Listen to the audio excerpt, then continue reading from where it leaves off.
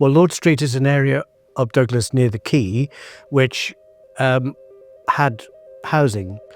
Eventually it was slum housing, Victorian housing. It was all cleared away, and they built a superb bus station there, which was the island's main bus station. You caught the bus to the airport. This is in the 60s. There was toilets and a shop and all sorts of things. It seemed to work. It was removed and demolished, and the site was left empty. And I remember in about 1987, when I was reporting the Tynwald sittings, our parliament, the new minister, announced to everybody that he had done a massive hotel deal, and a wonderful hotel was going to be built there. It would have a swimming pool with flumes. Now, we'd never heard the word flumes before, and this was wonderful. And here we are years later, and it is still a derelict site with a car park. Car park is not a proper car park. People are just parking their cars there. And honestly, the history of it is tortuous. I couldn't even remember how many different people have owned it. The Douglas Corporation sold it for £1 or bought it back for £1. I mean, it's just got very, very complicated. And like any big development, we've been promised and nothing has happened.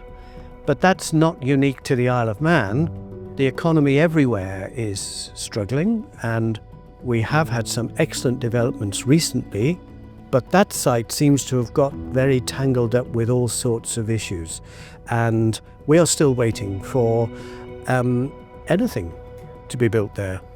One project I might do is a book called This Nearly Was Ours, which would feature all the schemes that the island has been promised since Napoleonic times, actually, but recently we've had endless architectural drawings published in the paper, the big new scheme here, the big new scheme there, and I don't know who these companies are. They must pay architects to do all this, because that's not cheap, and mostly we never hear of them again.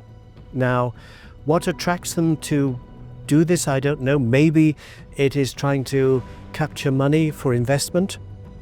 Some have worked. There have been some superb buildings done, but the majority we're still waiting for.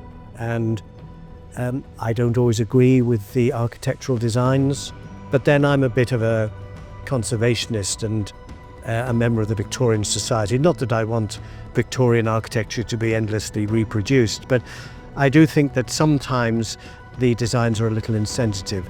That is a personal opinion, I do understand. But what is it that stops these buildings being built?